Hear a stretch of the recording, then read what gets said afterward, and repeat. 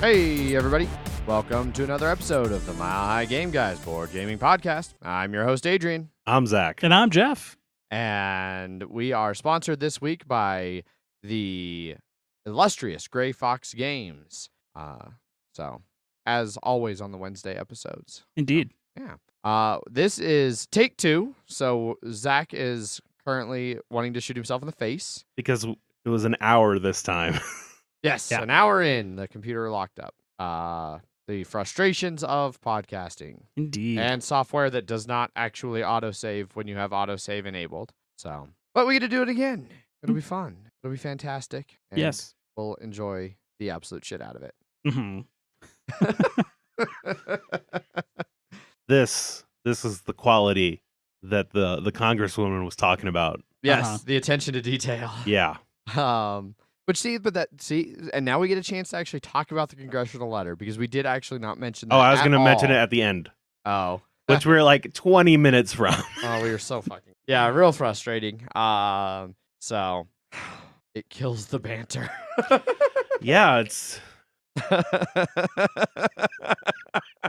Because we've already done it. it's a great great way to spend an hour of my birthday. The fucking read. I'm sorry, Zach. Yeah, really sorry about that. Yeah. By the way, happy birthday. Thank I you. know we also did not mention that at all Yeah. in the The episode. only thing that's mentioned it is Facebook. Mhm. Yeah. So, happy birthday, Zach. Thanks for recording on your birthday No problem. I mean, I already worked on my birthday, so and recording on the day before your birthday. Mm-hmm. And Yeah. so much recording happening over here. Indeed. So what have y'all been up to? Jeff, you moved. I did. I moved over the last week, so I wasn't really able to play much board games. It's okay. Nobody expects you to play board games. Besides moving, I went and saw that Solo movie. And I liked it more than a lot of what people have been shitting on it over. yes. A lot of people have been shitting on it. Yeah, it did not do well at the box office, No. and there have been some very critical people about it. So. Yes. I thought it was all right. Okay. Yeah. It was entertaining. How was Donald Glover as Lando? Lando was fantastic. Okay. Kind of an a-hole. Okay. And one thing that I didn't realize until this movie, that Lando always calls him Han Mm-hmm. and not Han. Yeah. And there's a reason that Yes. they do that. Yes. He even corrects, no, it's Han. All right, Han. Yeah. He's clearly doing it to be an asshole. Uh-huh. Wait, but- have you seen Solo? Or No, is that I just, something you knew? I mean, I know that in Empire Strikes Back, he calls him Han instead of Han. Yeah, and that's just always what he calls him. Yeah. Interesting. Indeed. I wonder if it's just a fuck up back in the first one that they wrote. No, into that's canon. clearly what it was back then, because who cares if he fucking calls him Han Yeah. and not Han? You don't talk to Billy D. Williams like that. No, you do not. Yeah. They'll hit you upside with a Colt 45. Works every time. The Champagne of beers, is that what it was? Yes. Oh. So yeah, that's not a bad weekend. Your moving went well. Yeah, I mean, I did it all by didn't myself. suck. Oh yeah. Well, Yeah. no, you did not. Yeah, I helped you. I did 98% of it by myself. How did he help you? I had Kidnapped me after work because I had to give him a ride. And I was like, we're gonna go move a mattress. Okay. on I believe Thursday or Friday. I can't remember which. I think it was Wednesday. How Was did it you move Wednesday? it? Yeah, with the work pickup truck, Oh, okay. because that was gonna be the only real way to do Yeah. it. Gotcha. So he moved his mattress, Which was very his- light, as you know. Oh, I 'cause do you know. had- Yes, yeah. because I have that mattress except bigger. Yeah. Yeah. And then the frame underneath of it, and Which then Folds his- down. It Super fold- nice. Yeah, it's super nice, his super flimsy desk. super light, crappy. It holds a computer. Well, it holds two monitors, a keyboard, and a mouse. Gotcha. Yeah, the Yes. computer goes underneath. Indeed. Does it look to be straining with that amount of weight on there? No, it definitely has a nice squeak to it, though. Okay. I mean, to be fair, a lot of the things in my house have a nice squeak to them when you put weight on them. Yes, Yes. like most of your chairs. Yeah. I feel like it's all of the chairs except the one that Adrian's sitting on.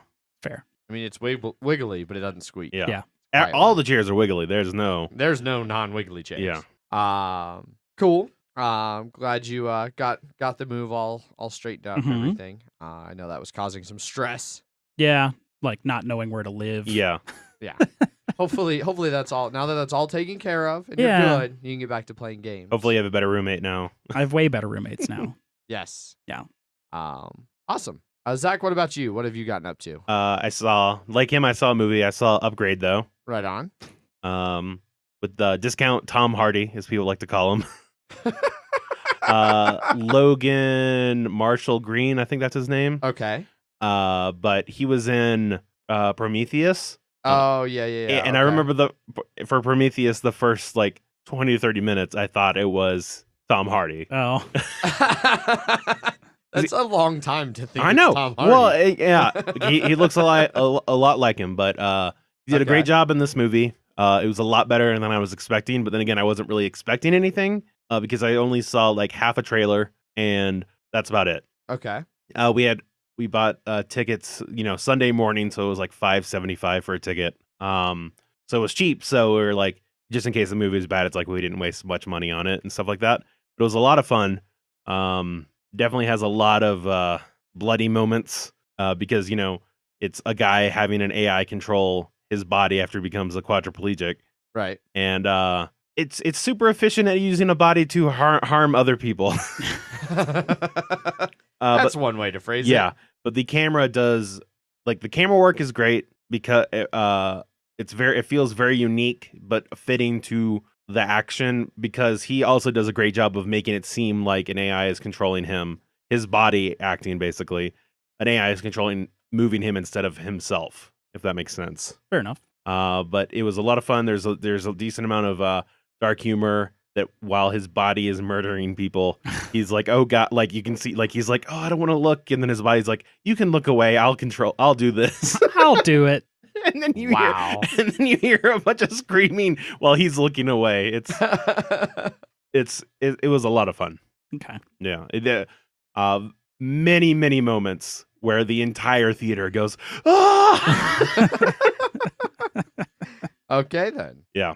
So see it in theaters if you have a chance. It was super low budget. It was like $5 million, but I originally thought it was like $30 million, and I was like, man, they did a good job for just $30 million budget. So the fact that it's only 5 is like, goddamn. Yeah. That's kind of the whole shtick with that production company, though, right? Yes, exactly. Winning Oscars. Mm-hmm. Yeah. Yeah, right. I mean, making really good movies too. Yes, that's also true. Is that they've all been like cool takes on it that you're not expect. Like it was Split, it was Get Out, and a lot of others. It's the Blumhouse Productions, and they've been killing it so far. I've been making so much money. And the fact that it made $6.9 million or something like that is people are like, wow, it opened up in 6th place, and everyone was like, what the fuck? Yeah. Yeah. I mean, I will say, like, part of the reason it's really low budget, that guy, he's the only person I knew in the entire movie. Yeah. So. Oh, okay. Actually, there was one other one. I think it was the cop. I think she was the maid in Get Out. Oh, okay. I think I know which character you're talking about. Yeah. I haven't seen Get Out, so. Yeah. Or Split. What the fuck is wrong with you, I own Jeff? them. What? Seriously, what the fuck, Jeff? I just haven't watched them. Well, guess what? You got time now that you've moved. Yeah. All right? Yeah, movie party at your new house. There's the living room with couches and a TV that's not a CRT in the living room now. There you go. Good. Watch good movies now, Jeff. Right on. My weekend was pretty uneventful. Megan and I were supposed to go look at houses, but the realtor never got a hold of us. So we ended up just kind of hanging out around the house. We went climbing for a little bit on Saturday. I hadn't been rock climbing in a while. It didn't last long. We were both kind of out of shape, and then by the time we got out there and everything, we just weren't super feeling it. And so we just did a few routes, and then we're like, all right, time to go home. And so then we came home, made some lunch, and had a little pseudo picnic out in our front yard. It was like combined front yard and front lawn into front yawn. Yep. In our front yard, because we have nice big shade trees out there, and so we set up like our little camp table and 2 camp chairs and took a couple beers each out and just sat out in the yard because it was a fucking beautiful day on Saturday. Mm-hmm. Unlike today's hot ass fucking nutsack day. And I think it's just supposed to be hotter tomorrow. Oh, Jesus fucking Christ. I have so much work to do in the yard tomorrow. I have to build a fucking 31 pallet position order. It's going to be hell. It's partly cloudy and 92 tomorrow. I'll be in a car with air conditioning. Fuck you, Zach. At least whenever I get hot, I can just go into the cooler. Yeah. It's going to be like 90 every day for the next 10 days. God damn it. That's summer for you. I fucking hate summer. Yeah. Hands down, least favorite season. Summer can go suck a dick. Very passionate about my hatred of summer. Indeed. I'm blaming that partially on us re-recording because it's so freaking hot in this room during the summer. My computer was just like, no, I'm out. And I'm frozen. I'm done, bitch. Yeah. So we had a nice little picnic and then just kind of hung out inside. And then Sunday was an all-day game-a-thon. We did a live stream in the morning, and then we came back and we played some time stories with you guys, and then we recorded an episode, and then we played another game. And so Sunday was full of board games and audio video work. So that was my weekend. But I think that transition, speaking of playing board games, what games have you been playing?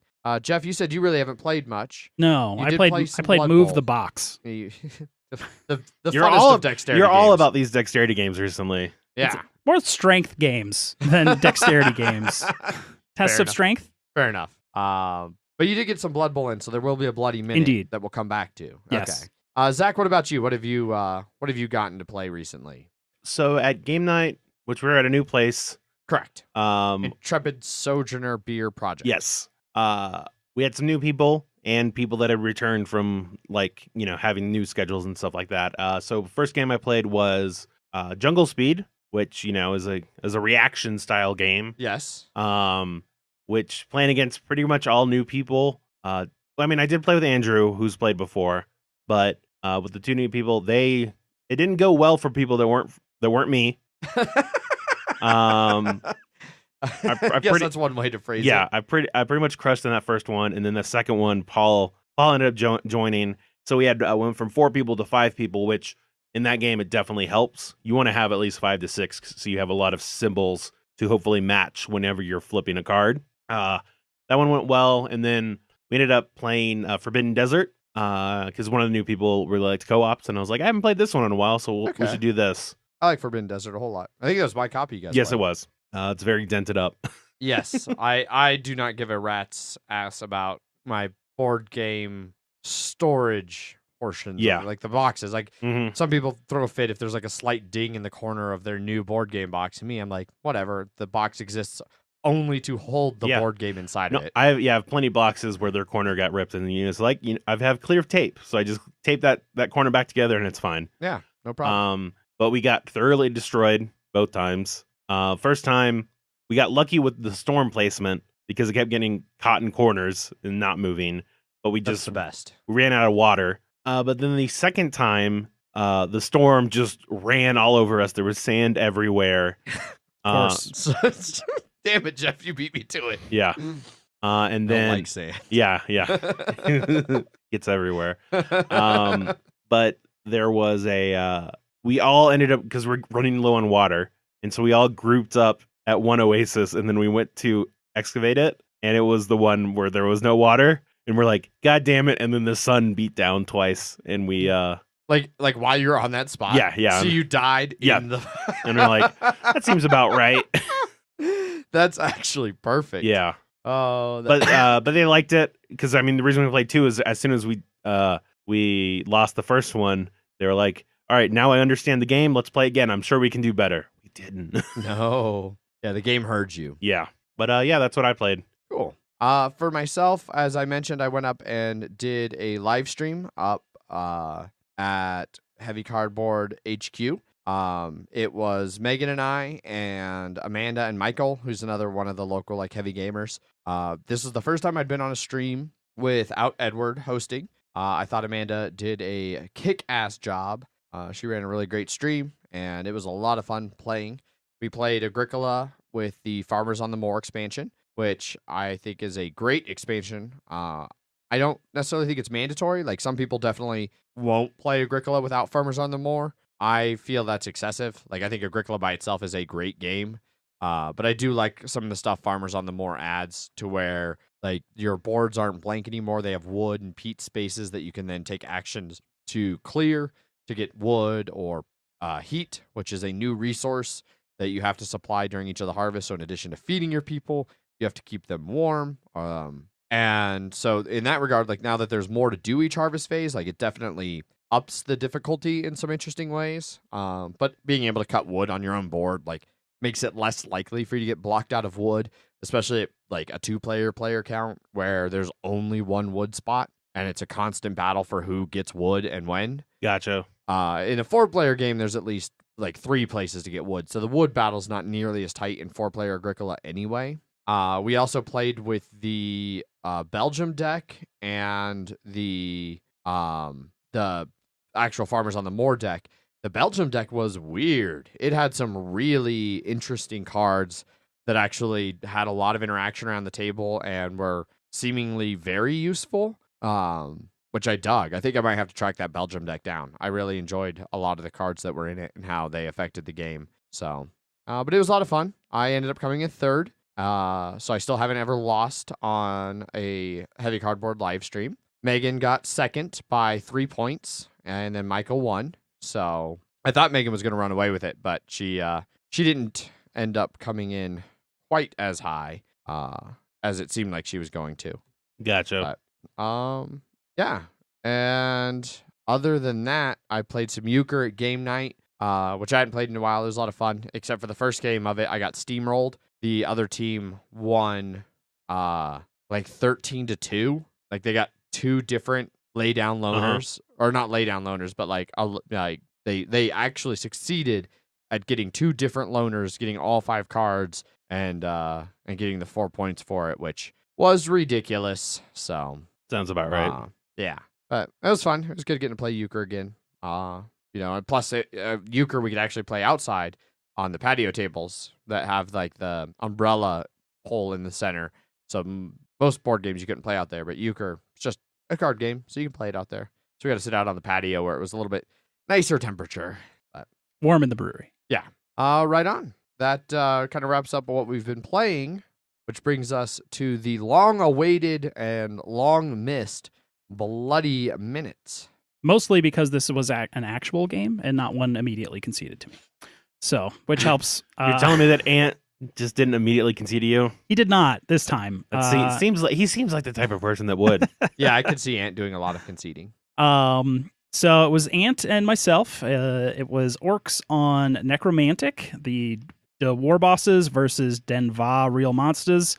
Ant and I's usual games are pretty playoff critical. This one wasn't as much. Not as much on the line in this one. It is the second to last game of the season, but the 4 teams in the top are all pretty good in their standings currently, to where they won't really have to worry about playoff positions. So we started off this one with Ant getting an induced player. I don't remember which one it was, but I remember it was a giant pain in the ass. And a babe. So he got his KOs in on 3+. And we were sort of just chit-chatting at the beginning of the game, and it was going to come down to whoever started knocking the other players out first, which I started knocking out his players first. Necromantic teams have a lot of regeneration. That means if I ever do a casualty to them on a 4+, they ignore the casualty and just go into the reserves box. Ant is legendarily known to not be able to do any 50-50s and has failed, I think, every regeneration roll on this team for the entire season. It's ridiculous how statistically terrible he is at 50-50. Man, so you must have crushed him then. So he started rolling those 50-50s this game, and I did not. We were both rolling pretty not great. A lot of double skulls and both downs, and in the first half, it's where like a lot of the rerolls were used on. I was getting some bad like go for it rolls, 1 reroll 1 for some poor turnovers. So as he received the ball, I got some casualties, but they kept regenerating or getting knocked out. But he was also reciprocating all these, and I ended up having a black orc badly hurt and 2 blitzers KO'd and a lineman KO'd. At that point, I just started bashing on his guys in the middle, which unfortunately didn't get me anywhere with the regeneration rolls. Ended up with like 3 casualties, but they all just went into the reserves box, or some others went into the KO box as well. I think there was like 5 at the end of the first half. He scored on his 8, but since he received, I still got a turn 8. I he got all of his guys back in on that one alone. Rolled 3+ on both of his KOs, which were critical positions for him. I would have liked those to stay out. I'm sure you would have. Yeah, I got my lineman back in that was KO'd and not my blitzers. Did my turn, got another kickoff, got another chance to get those KOs back in. Neither of the blitzers, once again on a 4+, came back in. So I was down a Black Orc and 2 blitzers, like 420,000 in just those 3 positions for team value. Oh, geez. Yeah. So that was rough. Only starting with like 9 players on the field or something like that, versus his full strength. Didn't have high hopes for the second half, but I was receiving the ball, caged up in the middle and started marching forward with my strength 5 guys leading the way. Downside was they kept hitting and nothing kept happening. Just sort of kept clunking against each other. The ball finally got loose at one point, and then the ball started to bounce literally all over the place because we had such a mob in the center that it was just kept bouncing on and off things. When it would hit an empty square, Ant would hit a guy into it to make it bounce again, which it would then bounce another 4 times, and it was all just trying to play where the ball would hopefully bounce to one half or the other of where our guys were to actually pick up and like move the ball down the field. Unfortunately, it went on his side, which he was able to run way past me. Since my blitzers were mostly on the sidelines in the KO box, the couple that I had left weren't able to really chase down the ball, so I continued to smash, which once again, nothing happened except my troll minus armored a zombie. Gotcha. Because who cares? But that zombie's a critical member of his team, right? Incorrect. No? No. No, zombies. He's not zombies super are, valuable. Zombies are It's mindless not 300,000 for that zombie. No, they're like 40K for that zombie. So Ant ended up winning 2-0. We did get get the ref kickoff roll, which gave us each an extra bribe for the rest of the game. I kept trying to foul him over and over again, but I kept not rolling doubles, so I was never able to use the bribe or do anything with the friggin' fouls I was doing. I think I did end up fouling out maybe someone, but they regenerated or something, which made it completely useless anyways. Damn. Yeah, regeneration can be useful when it works, and it was working for him. That's real unfortunate, Yeah. Jeff. And after the game, Ant was talking with Bullshit Paul and myself that had he started taking casualties, he probably would have conceded to me. No fucking way. Yes. Because he wants to protect his team, and if he starts taking casualties to the point where he can't fight back, and all I'm going to do is start murdering, he's just going to end the game. So his team doesn't get smashed into the ground. Oh man, I wish that I could see a peek into the universe where you did smash, Ant started losing and retired, and then you got or conceded, and then we got to see Paul's reaction when he found out that Ant conceded to you. Yeah. That would have been just fucking glorious. Yeah. Especially if it was like in the later half. Yeah. Yeah. It's useful to concede to protect your team, but if you still have a chance, it's not really the thing you should do. Yeah. No real permanent injuries except for his zombie, but who cares? I'm going up against Dark Elves, who as a coach I don't think I've played against. So that'll be my last game of the regular season. Hopefully I will win that one and definitely lock in my playoff position. Gotcha. Yeah. Right on. Sorry you lost. Hopefully you smash real good in the next one. Let's hope. More entertaining bloody minutes in the future. Indeed. Although somebody called us out for the bloody minute being like 15 minutes. Which is fine. The last bloody minute we had. Bloody minutes. I mean, it's a name. We're not making a promise. Yeah. Right. It's not like 60 minutes is 60 minutes. There's commercials. Yeah, exactly. It's like 42. Yeah. Well met there, Zach. Exactly. Excellent comeback. That wraps up everything we've been playing now, and I think we're ready to move on to some news and Kickstarter.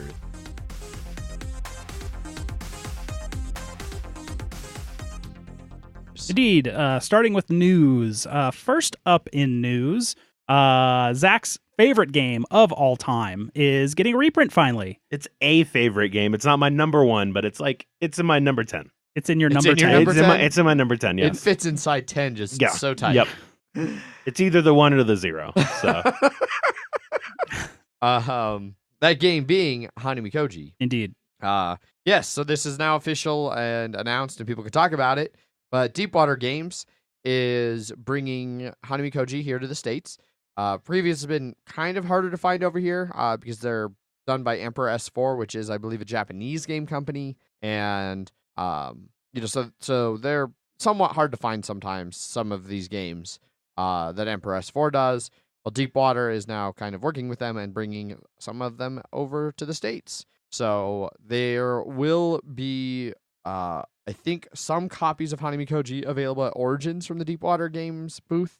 Don't super quote me on it because I don't actually know 100%. They might just have some demo copies to show off. But they are currently accepting pre-orders on their website, deepwatergaming.com, where if you pre-order before July 18th, you can choose Gen Con pickup, which will save you on some shipping. And yeah, they've got it listed here for $19.95, which that ain't bad. It's a really, really good game, especially if you play a lot of 2-player games and you're looking for something to kind of freshen that up. Go listen to any of our top 10 episodes that are actual just top 10 games, and you'll hear Zach talk about all the reasons why he loves Hanamikoji. So 100%.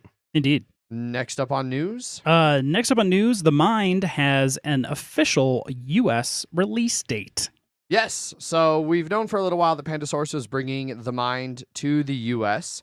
And really, this is just a little bit more details about it. Coming from BGG, though, because apparently Pandasaurus's website, as of this release we were reading, didn't have The Mind up anywhere on Pandasaurus's website. But Minor details. Yeah. But it will be launching at Origins, booth number 965. They'll have it there. They'll have some copies. Yeah, but it's the launch is a couple weeks later. Yes. And then it will be releasing in stores later in July. Mm-hmm. But been super popular all over board game Twitter and stuff. It was really popular at Geekway and at the gathering of friends. And so it's been kind of blowing up everywhere. I first played it back at Liera and came back and was like, holy shit, this is amazing. And it's blown up in our group too. Everybody's loving it. So we'll find out later if it wins a Spiel award, but it will at least be available for people here in the States very shortly. Yes. Easily, at least. And not overseas shipping. Right. Next up in news, Ares is releasing a new edition of City of Chaos. And what Zach has described it as beforehand is very Arabian Nights-esque. Yeah, but with more of a game, it seems, because they sort of describe it as a paragraph game. So you're going to have a lot of storytelling and stuff like that. Okay. And, it was way, like, the original one was in 96. Just like Catan time. Yes. That was 95. The before times. Yeah. The before times, yeah. Yes. But it seems like it's going to have like a tile laying mechanic, like a combat mechanic. You're basically exploring this city of fantasy name. Byron Atar. Fantasy name. Yeah, fantasy name. And you're looking for different locations and interacting with its unusual denizens to discover one of the multiple sources of the chaos plaguing the streets. Aha. So you just sort of it sounds like you sort of get dropped in and you're like, figure out what's wrong. Yeah. You can team up with different guilds, one of which, the Pneumologist Guild, where you use your breath as a physical force. I really wish it was just like you have such bad breath. That's what I'm imagining. That you just go, and people just flump. Yeah. Fair enough. Yeah. This looks. I like all of those Arabian Nights-esque games. Mm-hmm. Like this War of Mine. Yep, and I like the idea of it as much as I like this Tales. Mm-hmm. Whenever it's that plus an actual game. Yeah. But it still keeps the core of Tales-esque of storytelling. Just a ton of story that you never hear the same thing twice for the most part, unless you run out of coffee at the same time for two different people, and then you'll hear that same thing twice. Yeah. Don't run out of coffee. It's super important. Really, the goal was to find coffee. Yeah, we didn't find many Starbucks in war-torn Serbia or wherever. Yeah. In the mid-90s. Yeah. Well, I guess this is more of a modern like time. But speaking of this War of Mine, of course, not yes. City of Chaos. No. So, But a new edition, so But the new edition is the second half of 2019, so there's still a ways away. yeah. But some people are excited for this, me included. right on. Next up in news. Next up in news, them there guys behind the Evil Dead 2 and Terminator Kickstarter, the Space Goat Productions, sure are having some problems. Yeah. So I don't remember if we've really talked about this much on the show because it's been kind of an ongoing thing. Essentially, they wrapped up the Terminator Kickstarter back in February of 2017. And Evil Dead way before that, even in July of 2016. And time passed and deadlines passed and nobody heard anything from them. Their social media pages were mysteriously blank and there was just no answer and people were starting to really get suspicious. And then, I don't know, like a couple months ago, a month, something like that, they posted a backer-only update on the Terminator page where they announced that they'd been having some financial difficulties and they were going to be launching a crowdfunding campaign over on WeFunder to offer people equity in the company. And everybody went, well, fuck, we're never getting these games. They're out of money. They earned, like, between the two games, they earned like $1 million in Kickstarters. Mm-hmm. And then, yeah, like they were the most recent one to like Terminator was supposed to deliver back in December. Evil Dead was supposed to deliver in November of 2016 and still has not.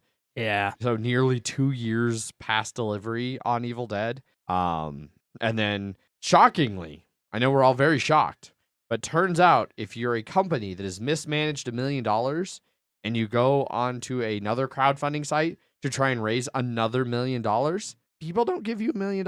No. I'm shocked. They give you $3,300. Yes, they do. Yeah, 13 people will give you $3,300. A baker's dozen worth of people. Yes. And that's, you know, and turns out 3,300 is far short of the minimum of 250,000. Yeah. So Just a smidge. Like they were like 99% of the way still to go. yeah. Yeah, so I don't know what they expected. They valued themselves at $5 million, which is laughable. Nobody apparently bought it. And so they claim they're looking into other paths forward and that the games aren't dead. And then they mentioned path at least 6 times in 3 sentences. Did they really? Yeah, if you read the quote there, it's like there's a lot of paths laid ahead of us, and we're going to choose the best path that we think that path will make the path best for the path that we want to take. Jesus, I'm not far off. No, you're really not. Some paths forward have been presented to us. We need a few weeks to find the best path forward. As soon as we find the best path forward, you will all be the first to know. Mm-hmm. They don't just say path, they say best path forward. That exact phrase. Yes. 3 times in a sentence and a half. Yeah. Gross. I'm sorry for anybody who backed these games. It really does suck to, entrust your money to somebody like this and have it wasted, Flop. and mismanaged, and to not get anything to show for it. So I do really feel bad for that, but sometimes it's funny to watch something go down in flames. And it's Very true. It's quite the billowing flames coming out of this one. Yeah. I guess if they let us know about their path forward in the future, we'll update you. Yes. But They just gotta find that path. yeah. Mm-hmm. And that's it for news. Indeed. News is done. We can move on to some Kickstarters. First up in Kickstarters is Creatures and Cupcakes. Just about halfway funded, 1.6 thousand of its $3,000 goal. 83 backers. A little under 3 weeks to go to pledge this one, which you can for $15 whole dollars. Yeah. So this one, Creatures and Cupcakes, is coming from Social Sloth Games, which is the imprint company from our sponsor, Gray Fox Games, and is basically their new company group thing for putting out some lighter, I don't want to say children's fare, but definitely like lighter, more family Family-oriented, game. yeah. Yeah. We had the opportunity, Jeff and I, to play Creatures and Cupcakes, a very rough prototype copy at Geekway with Alex, who is the main guy behind our sponsorship over at Gray Fox. And it was surprisingly fun. Yes. I watched you guys play it, Yeah. and it seemed interesting enough for what it was going for. Yeah. So essentially, the way the game plays out is that each of the players is a trainer who are trying to train their monsters using cupcakes to get them ready to present to like the royal cupcake highness or something. That sounds right. I'm sure it's worded exactly like that. You're getting the creatures to the castle to impress the royalty or something like that. And then the board is divided into 4 tracks representing the 4 types of monsters. Some tracks are long, some are short. It's like the orange one's the longest one, the yellow one's the shortest one. And on your turn, you take the draw bag and you start drawing cupcakes out of it one at a time. You keep drawing until one of 2 things happens. Either you decide to stop drawing or you draw the same color twice in a row, at which point your turn is over. If you drew 2 in a row, that's it. Your turn's just completely over. The cupcakes go back in the bag and it passes to the next player. Too bad, so sad. You fucked up. If you decide to stop drawing, then for every cupcake you drew, you move the corresponding monster 1 step forward on its track. So if you drew 5 orange that were spaced out appropriately, then you'd move forward 5 on that orange track. The longer tracks have more cupcakes than the shorter ones, so they still roughly balance out to the same rate of advancement on those tracks. And then the game will end when one player has finished 2 of the tracks. They've trained 2 of their monsters up high enough to get them to go to the Cupcake Castle and be presented for the special event or whatever that the actual theme is behind it. I don't remember what Alex had told me. You win. Yeah, you win. Along the way, certain cupcakes in the bag allow you to draw special cards that let you interfere with other players. You could swap places with somebody, drag somebody back, push yourself forward, things like that. Anytime you do draw the 2 cupcakes to where you end your turn, you get a medicine which protects against doing that for one of those for that specific color in the future. The medicines are a one-time use thing, but at least the next time you draw 2 of that color, you get rid of your medicine and you put one of them back, and then you can choose to keep drawing or end your turn there. Yeah, pretty simple little light game. Yeah. The cards make it surprisingly mean for such a light little family game. You definitely can really get kind of fucky with it. Because you can just be like, we're going to swap places on the track, and I'm in first place now. And but it is light enough and plays quick enough that it doesn't really drag the game down. No. It's still fun to play. Yeah. I have to take your word for it. It's a lot of drawing things out of a bag and then moving things. Yeah, that's Creatures and Cupcakes. So go check that out if you're looking for a light, kind of silly, take that, press your luck family game. For $15 whole. For 15 whole.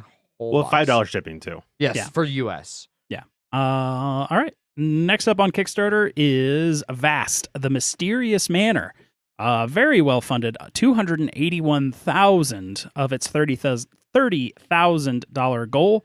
2,800 backers. 3 weeks to go on this one, which you can pledge for $75, which makes sense because this has the minis, right out of the box instead of like the mini expansion coming later. Yes, it also includes an entire expansion Yeah. that won't be bundled together when they hit retail. But still, $75 is Pricey.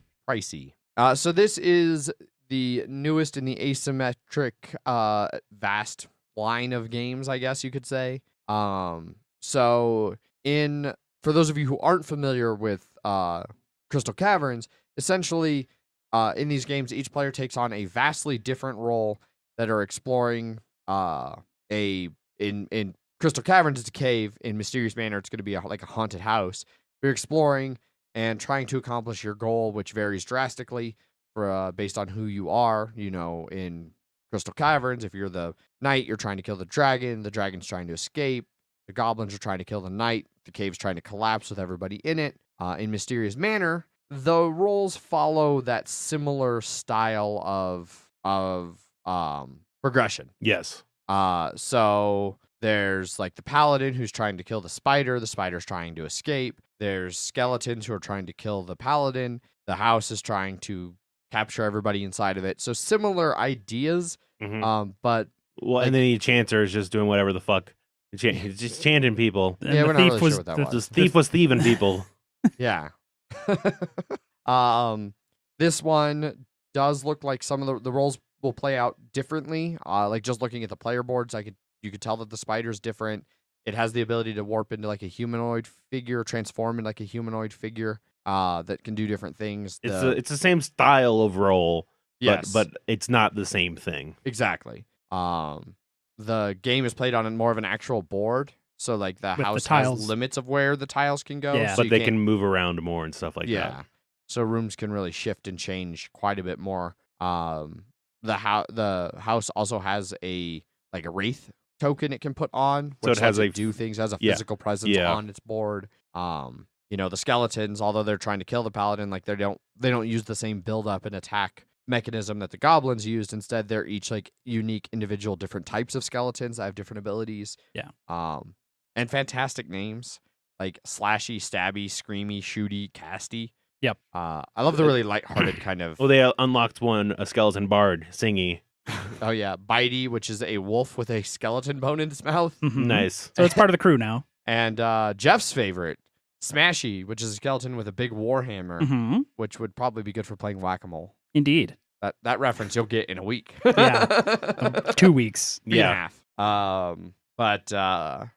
half. If you like Vast and these kind of super asymmetric games, this should be, more of that with a unique and kind of different twist on it. They talk a little bit on the Kickstarter about why do another Vast game, and like they mentioned that they had a lot of ideas they still wanted to do with it. They wanted to, now that they've done a few other asymmetric, because this is from Leader Games, who also just did Root, which Yep. is a heavily asymmetric game. And some of the efforts like from building Root and things like that, they felt they could do a legitimate standalone that'd still be a good game in its own right. Right.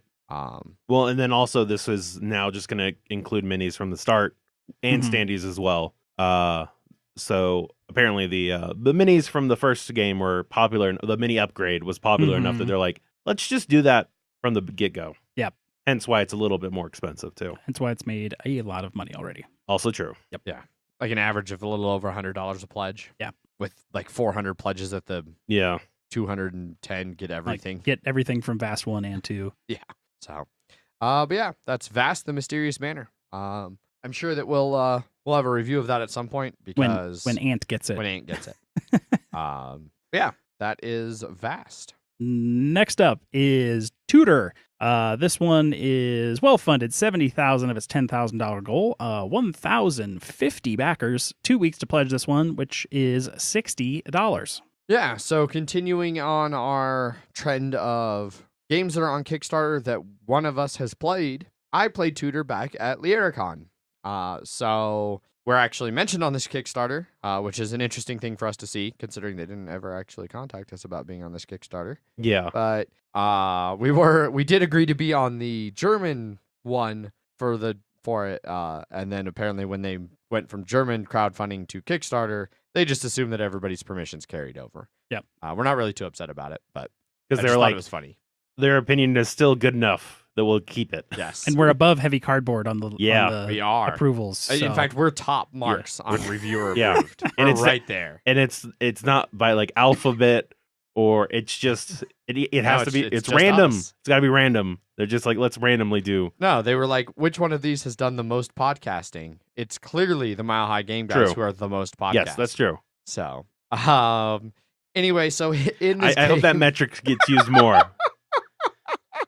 I hope Apple is just like, who is the most podcast? Oh, it's these guys. They're number one on everything now. Yep.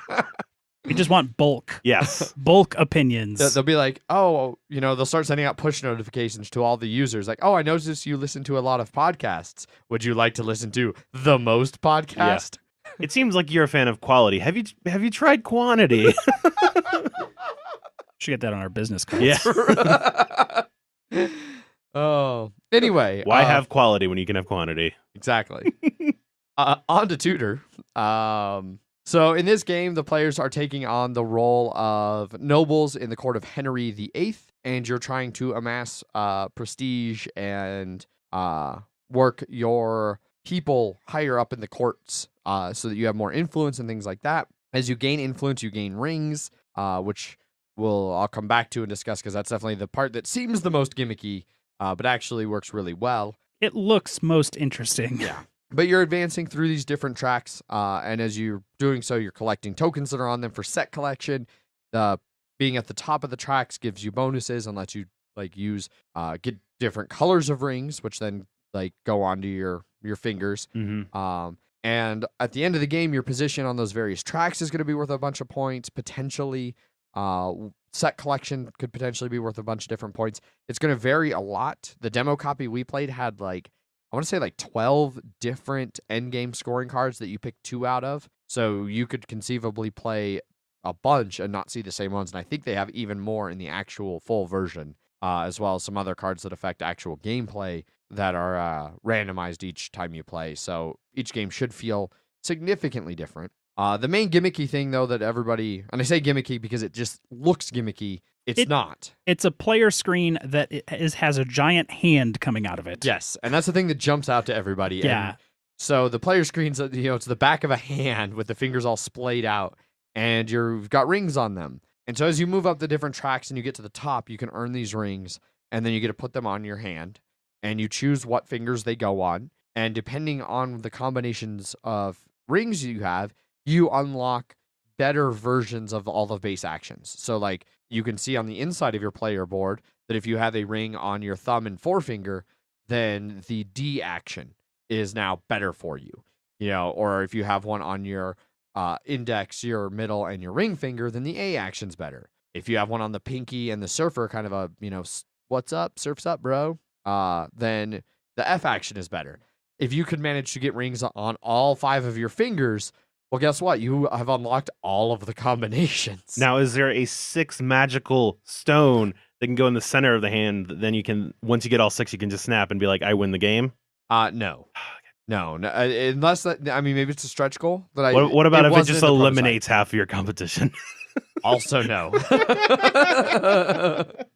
Arguably some of the better half of your competition. Yeah. None of that I'm aware of. Can you use the hand to hit somebody else with if they've offended you in any way? From a very literal perspective, yes, you can hit somebody with it. It's not a game mechanic. Okay. You would lose probably your rings. The ones in our demo game were very loose. Yeah. So if you were to swing it to hit somebody, the rings, I feel, would scatter. But they would then understand that they have displeased you. The message would have been delivered. That's what's important. Yes, potentially. Okay. But yeah, and so it lends to a really interesting thing, the hands, actually as you play, because you could see where other people are putting their rings and what color rings, which gives you ideas of what they're going for and what powers they're unlocking.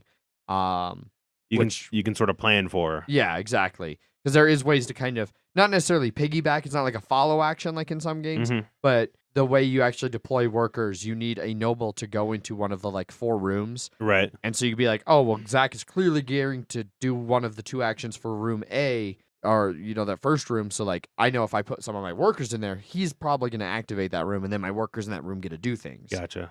Well, that's also nice if you're able to get all 5 of the rings, because then nobody knows what you're really going to do, because you can do everything. Except snap your fingers and end the game. Because you can't do that. Yeah, you can't. Technically, you could be like, the game's over, and then just walk away. But it was a lot of fun when we played it at Liericon, and I'm definitely super interested in getting a copy for myself. Nice. Yeah.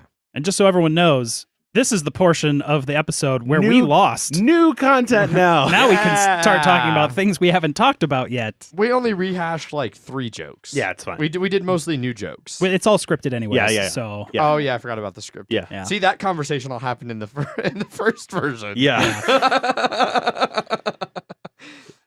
We do have a second script in case the first one gets fucked up. So it's like kind of like option A. This is script B, and then script B, you talk about being scripted an hour in instead of 5 minutes in. Yeah. Correct. Next up on Kickstarter is 18 Lilliput. 22,000 of its $14,000 goal, 505 backers, 3 weeks left to pledge for this one, which you can for $29. This looks like a train game, Adrian, but I don't think it is, because there's color and components on the materials. There's not a board, but it doesn't look like there's not supposed to be a board. Yeah. Fuck you guys. So 18 Lilliput is indeed a 18xx style card game created by Lonnie Orgler, who also did 18CZ and has done a lot of other 18xx type things. And so it is essentially, like I said, it's the card game. It's 18xx card game. It's 2 to 4 players, takes 1 to 2 hours, so significantly shorter than most 18xx's. And it basically contains all of the things that people like to do in 18xx: running companies, running trains, making money, owning stocks, things like that. It plays over 8 rounds. Each round there's 2 phases: action selection and then railroad operation. Before the game starts, each player selects one of the 4 starting companies, gets its charter, 50% share, and a character card. Then in action selection phases, starting with a designated starting player and going clockwise, everybody selects one of the action cards, executes the either the upper or lower half, and they are actions that let you do things like build track, buy new engines, place station markers, get money, buy new shares, open new companies, things like that. After everybody's selected an action, the turn order is reversed, and the last player selects going back around, so everybody gets 2 actions per turn. And then after the actions, you move to the operating phase, where the companies run trains in order of stock price. The best company runs trains first, and then down the list.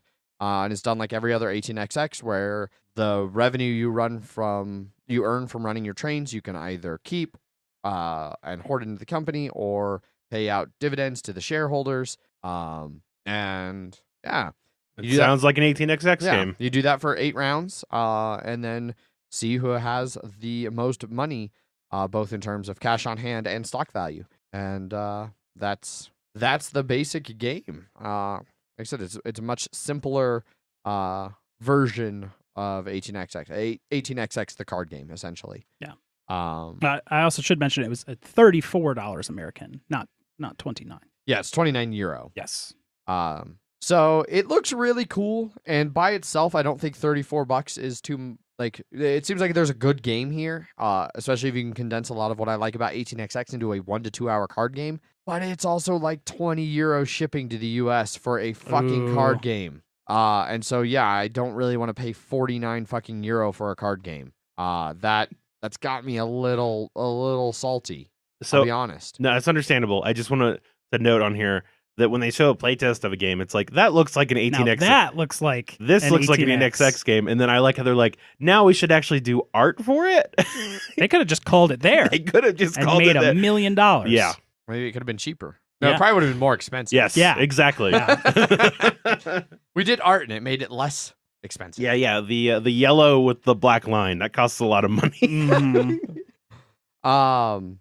So they do have options for like more of a group pledge kind of a thing, where you're saving a little bit of money by doubling up and saving on shipping. So like just going from 1 copy to 2 copies, it's 29 and then 57, so you save like €1. But then the shipping's probably the same still. But then the shipping should be about the same. I don't know if they'll be exactly the same. But they have one all the way up to like the 12 copy one. I do like that the tiers are definitely not in English. No, they are not. What would you say the tier for the 3 copies is? The 3 copies, let me scroll here. Blub dub drub. Yeah. That's what it is. Yeah.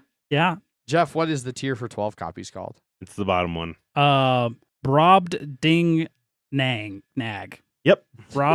Brob ding nag. I'll do the one for 6. That's Lugnag. That's super easy. I'll do the one for €1. It's resellers. I don't know if I pronounced that right. Oh. Resellers. Resellers. Okay. Resellers, yeah. Thank you for clearing that up for me. And then the one underneath that is that also just the same? I mean, I guess it's 2, but it's the same. I don't know. Land of the. That's too many consonants together. Well, you know. Yeah. But I don't know what, you know. And I guess and Jeff, you would ask during the pre-show, why is there a giant man Yes. on it? Yes. Because it's based on Gulliver's Travels. Okay. Yeah, That's what Lilliput's the city Yes. or the country. Oh, okay. All right. So that is the rough theme, is that it's a 18xx, the card game, in Gulliver's Travels. So, yeah, that's 18 Lilliput. So if you are local and wanting to get in on a group pledge, get a hold of me because I might be trying to put one of those together. Because the shipping is crazy. Yep. And that's it for Kickstarters for this week. Or this week, indeed. Yep. Right on. That brings us over to Jeff's favorite part of the show, emails. Bloody minutes. We're going to do it again. No! Third time's a charm. No more. Maybe bloody I'll minutes. still not lose. Maybe I'll not win. I'm pretty sure the outcome of the game you played 4 days ago is now determined, and no matter how many times you record a bloody minute about it, will not change. No, it will not. Emails at milehighgameguys.com if you would like to send us an email, like Michael did. I have no idea how to pronounce the name of this band. Churches. Churches. It's just Churches? So the reason they have a V there is because if you just search churches with a U, you find a lot of churches. Okay. So they're like, we want to be called churches, but we want people to be able to find us. So we're Gotcha. going to use V. All right.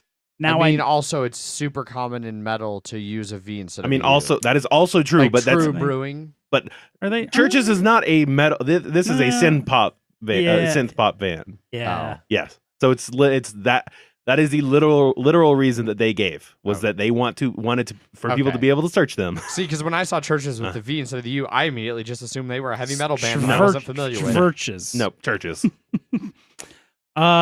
His email contains the words in this order. I don't remember if it was Zach or Jeff. Now, through this conversation right here, I hope people can figure out who was the person that mentioned churches.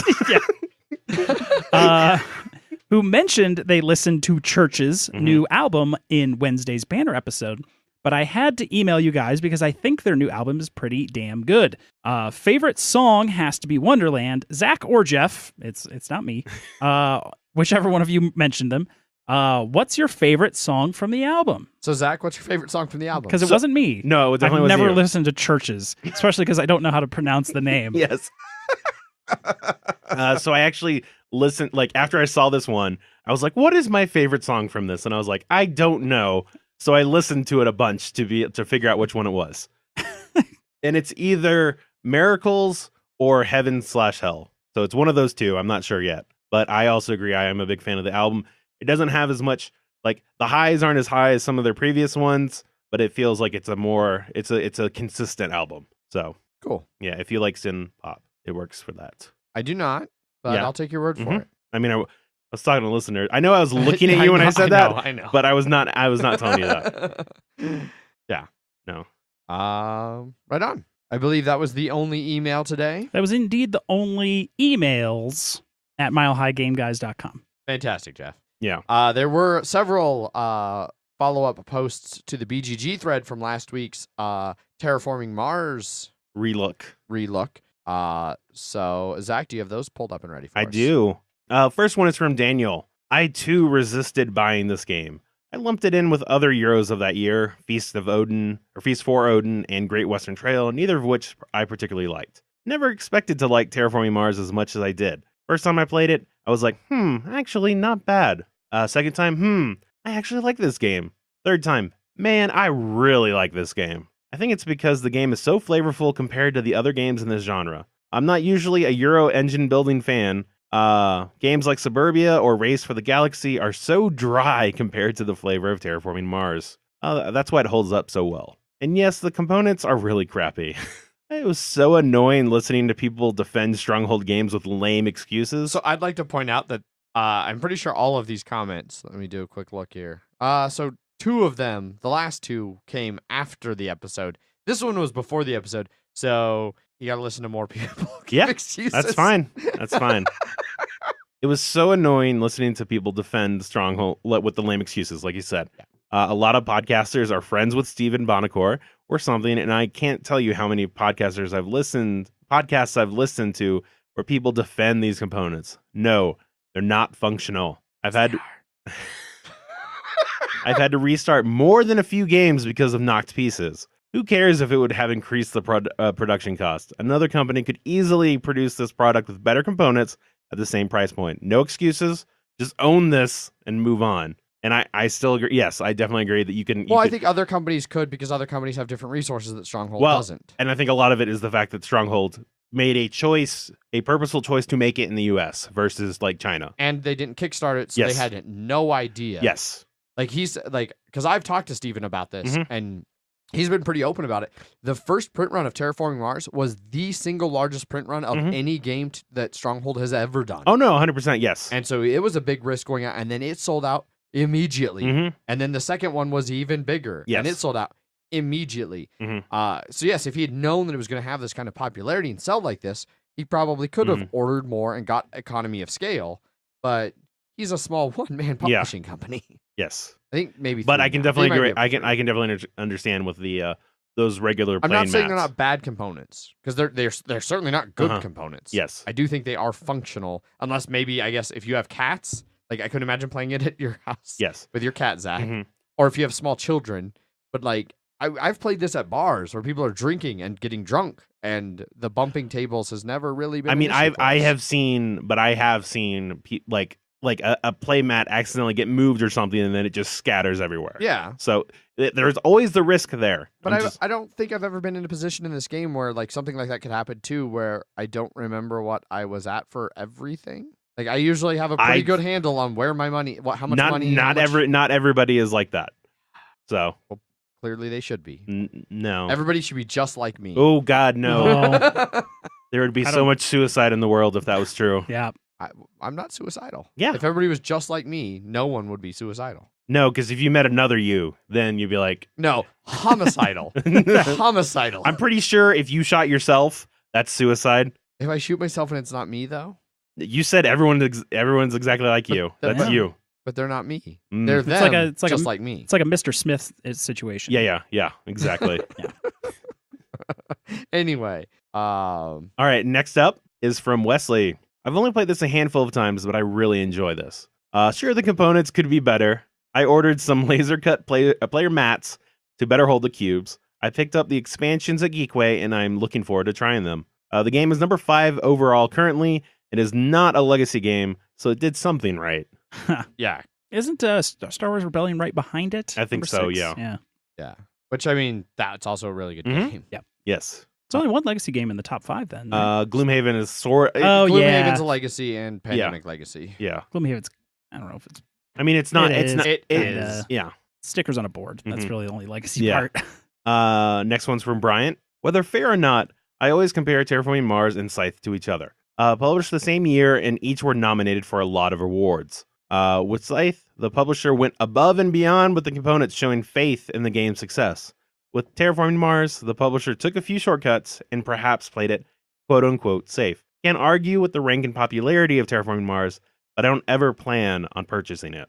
So Scythe was a Kickstarter, so they knew. That did Scythe a lot was a of Kickstarter with 17,000 Yes. backers. They knew they were going to sell 20,000 Yeah. copies almost. Like at that point, the economies of scale are Yes. completely different. Mhm. It also made a lot of money. To be fair, he does say like whether fair or not, and this is one of the things I think this is why people think Terraforming Mars' components are so bad Uh-huh. because they came out they released at almost the same time in the same year, Yeah. and They were in competition for a lot of things, so yeah. and so and I don't think it's an unfair Yeah. comparison, but it's important to understand the nuances of why Scythe was able to be the way it was Mhm.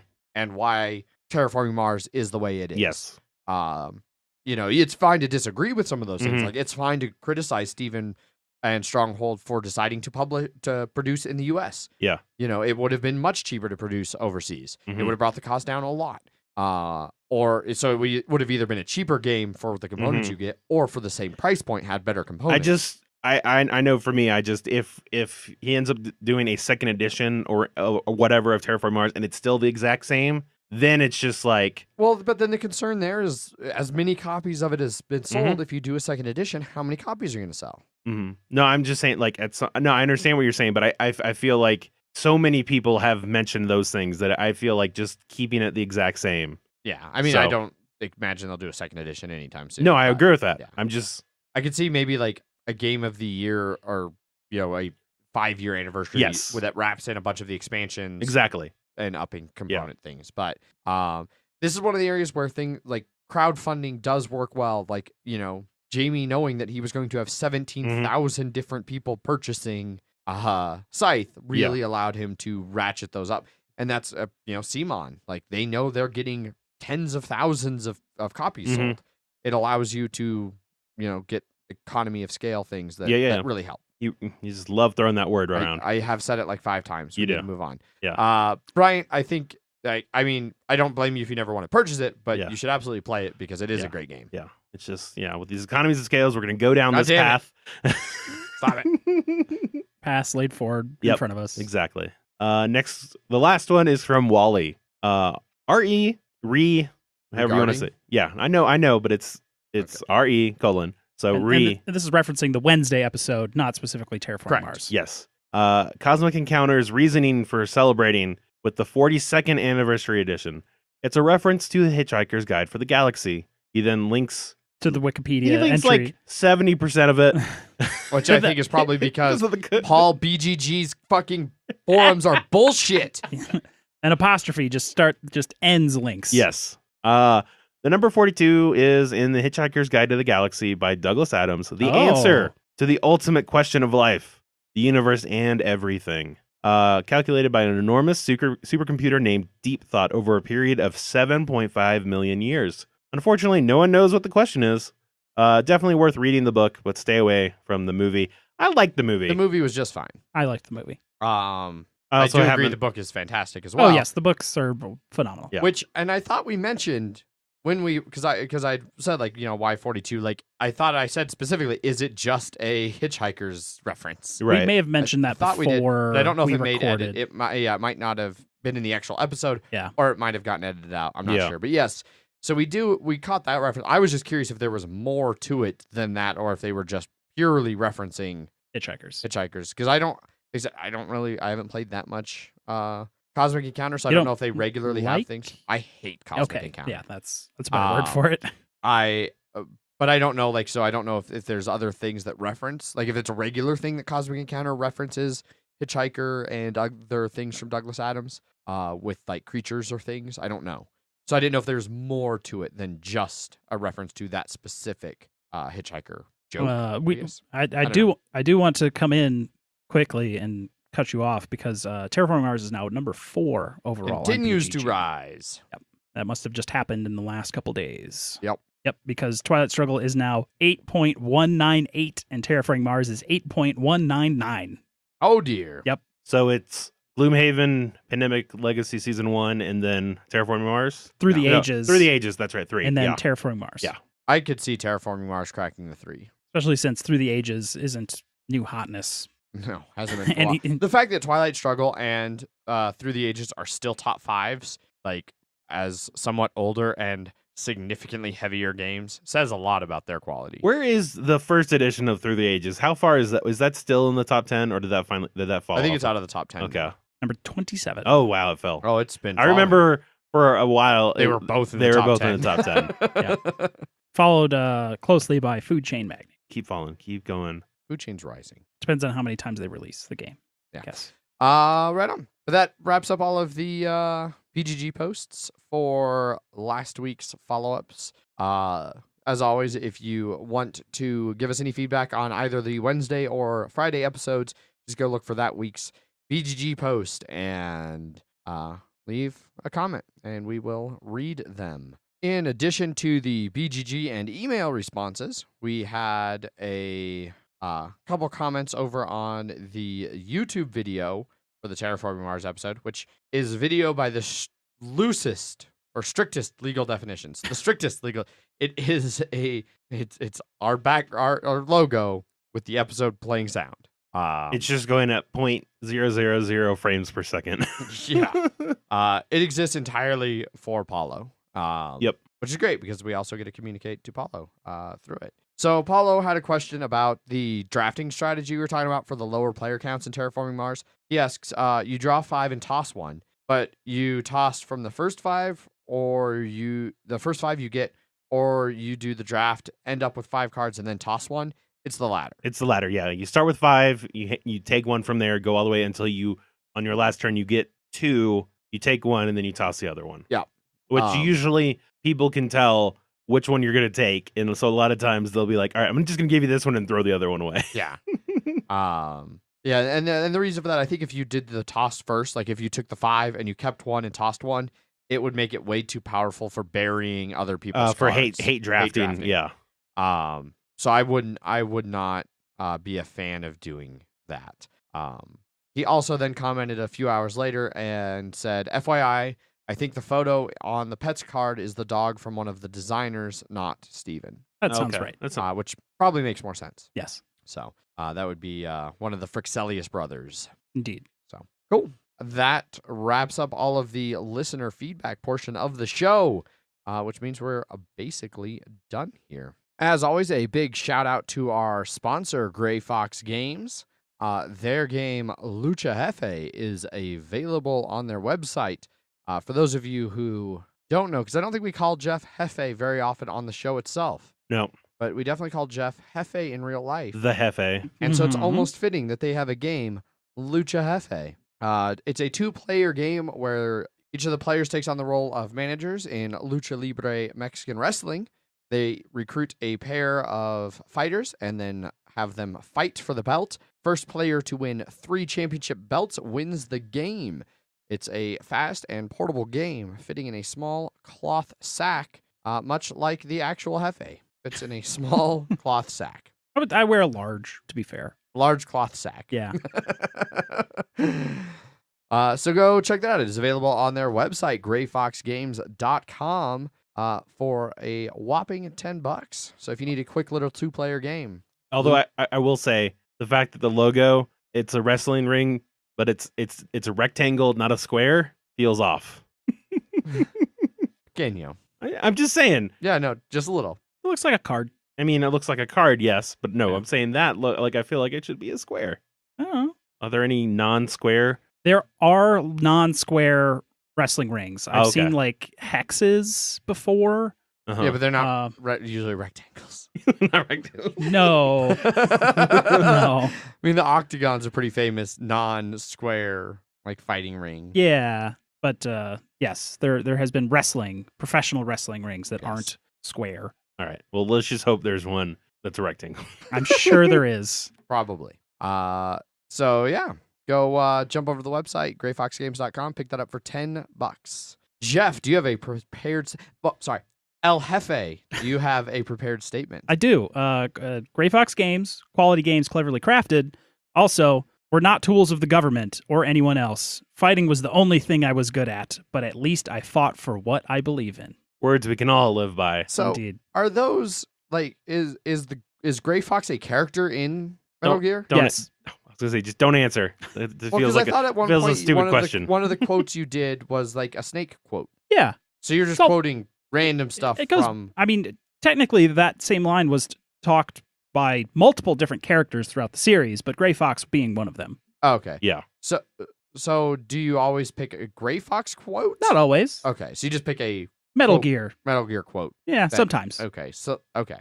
There's only so many lines that Gray Fox says, especially since his main appearances were in the MSX versions of Metal Gear 1 and 2, Yes. Gotcha. which were then the bad ports of the NES ones. Okay. Yeah. So I just wanted to make sure that I understood, what was actually happening. Okay. Since I have literally No context. almost no context with Okay. Metal Gear. Fair enough. That wraps up the show. Thanks Mhm. everybody for listening. If you would like to get in touch with us, you can find us over on Twitter, where I tweet under @MHGameGuys. I am Zach_MHGG. And I am Jeff_MHGG. You can always send us an email. Emails at milehighgameguys.com. You can join our Board Game Geek Guild, guild number 2731, where we post weekly episode posts for you to give feedback either before or after the episode. You can find us on Facebook and Instagram /MileHighGameGuys. And if you would like to support the show, you can jump over to patreon.com /MileHighGameGuys, where we have our Patreon, and consider giving the show, $1 a month, which is like Please. 0.03 cents an episode, I think is what Matt figured out. Because we are the most podcast. Not point zero. No, I know. Please give us I'm $1. Yeah. Because Jeff bear in mind, Jeff $1 wants to rip into you. $1 will get you berated by Jeff Yes. in a very friendly but also deep cutting sort of way. Yeah. If you imagine the kind of damage Jeff does to me on a bi-weekly basis, twice a week, Hmm. that's the kind of damage he'll do. It seems friendly, but it's also mean, and I have that's- Zach's support in this. So, Yes, you do. yeah. and you can earn that for $1 Yes. a month. So You too can feel like what a piece of crap Adrian is for $1 a month. Mhm. indeed. But yeah, thanks everybody for listening. We really appreciate it. Hope you enjoyed the episode. As always, I am your host, Adrian. I am still Zach. And I want an hour back, Jeff. Bye. Bye. Bye.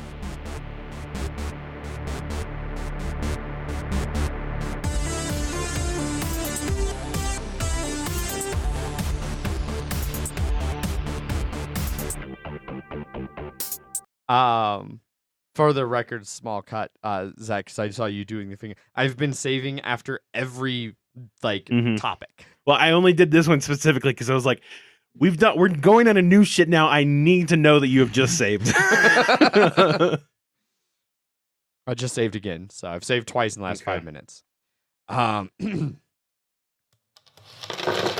Punchboard Media, where we all Bring something to the table pull up a chair at punchboardmedia.com.